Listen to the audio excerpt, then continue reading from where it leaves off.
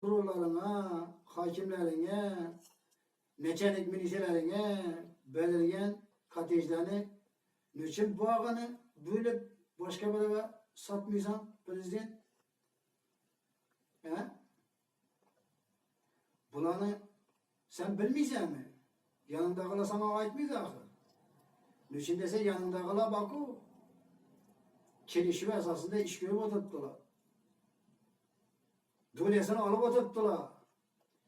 Yüvergen hadımların, vilayetlere yüvergen hadımların fakat yine çelişi esasında gelip çelişip patakesini alıp getirttiler.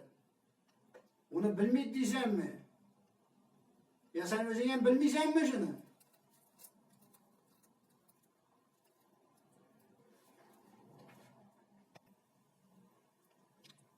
Respublikadan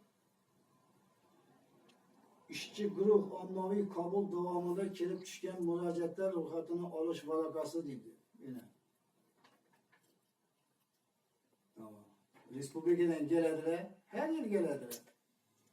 Prokuraturadan o'rinbosarlari keladi, vazirlarning o'rinbosarlari, ya bu sekretarlari keladi.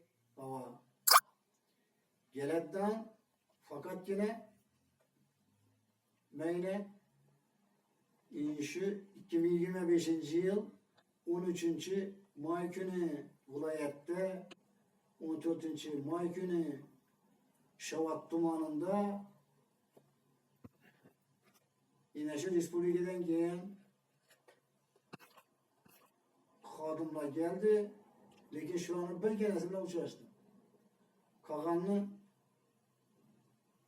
bilan uchrashganim yo'q.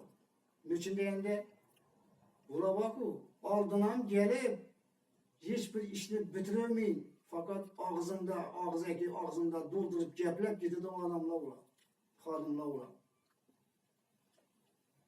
Yine sud xadiminden İsmailov degan bilan uchrashdim.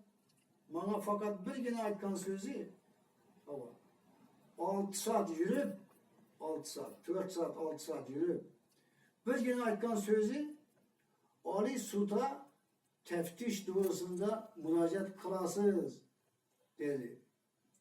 Akıl özü bilmeyeyim mi?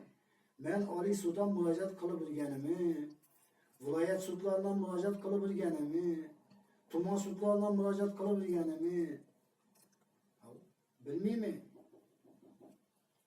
Sen de.